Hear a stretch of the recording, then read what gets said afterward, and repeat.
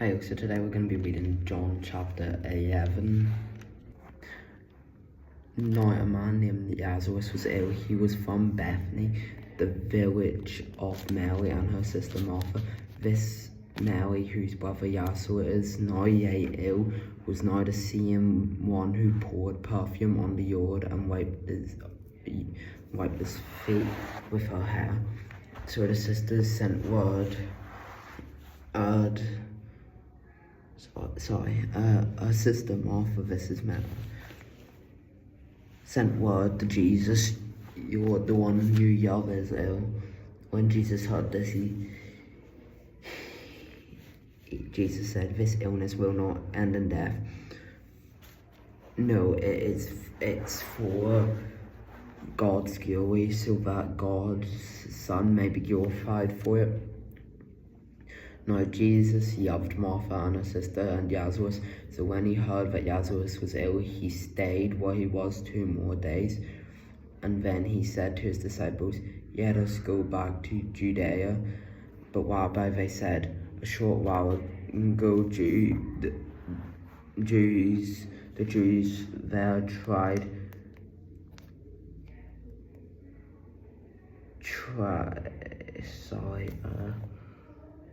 to stone you, and yet you're going back."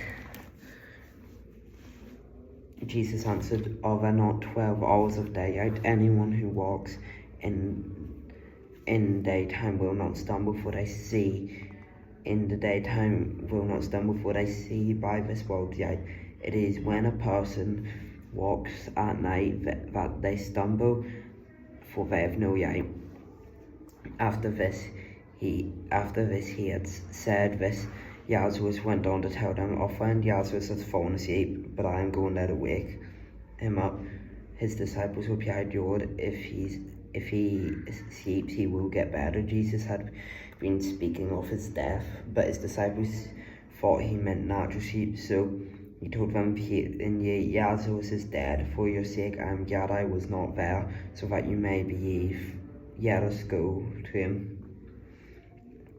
Then Thomas, also known as Didymus, said to the rest of the disciples, "Let us go, that we may die with him." On his arrival, Jesus found that Lazarus had already been in the tomb for 4 days.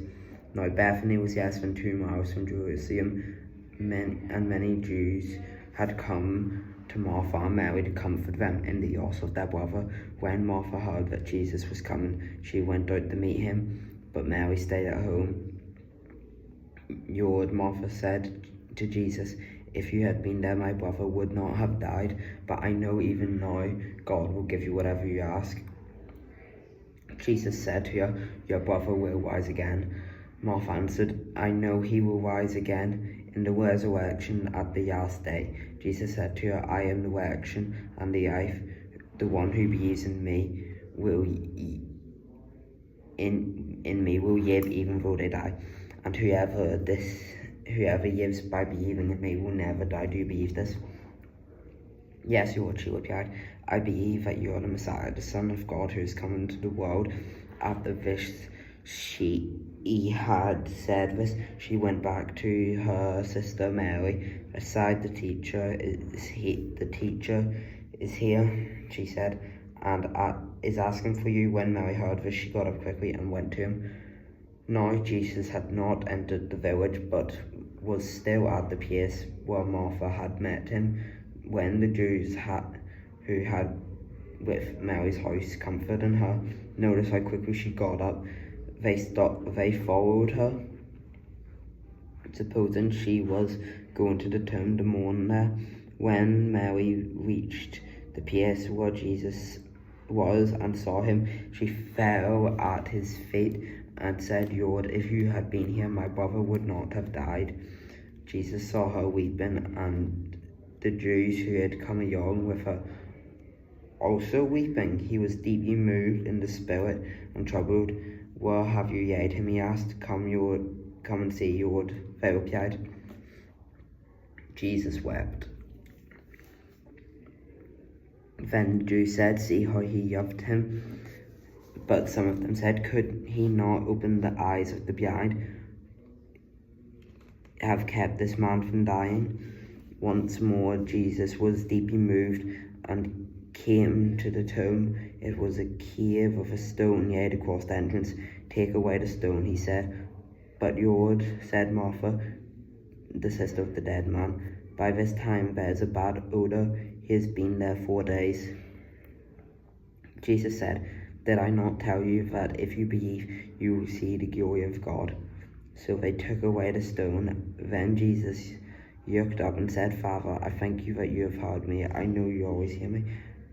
But I said this for the benefit of my people standing here, that they may believe that you sent me." When he said this, Jesus called in a loud voice, "Lazarus, come out." The dead man came, his hands and his feet wrapped in strips of linen and cloth around his face. Jesus said to them, Take off the grave clothes and let him go." The plot to kill Jesus. Therefore, many of the Jews who had come to visit Mary and had seen what Jesus did believed in him, but some of them went to the Pharisees and told them what Jesus had done. Then the chief priests and Pharisees called a meeting of the Sanhedrin. "What are we accomplishing?" they asked. "Here, if this man has performed many signs, and if we let him go on like this, everyone will believe in him. And then the Romans will come and take away both our temple and our nations." Then one of them, named Caiaphas, who was high priest that year, spoke up.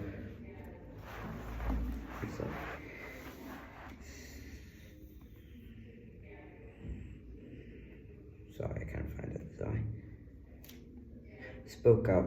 "You know nothing at all. You do not realize that it is better for you that one man die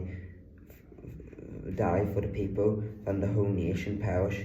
He did not say this on his own, but the high priest that year prophesied that Jesus would die for the Jewish nation, and not only for that, but also for the scattered children of God, to bring them together and make them one.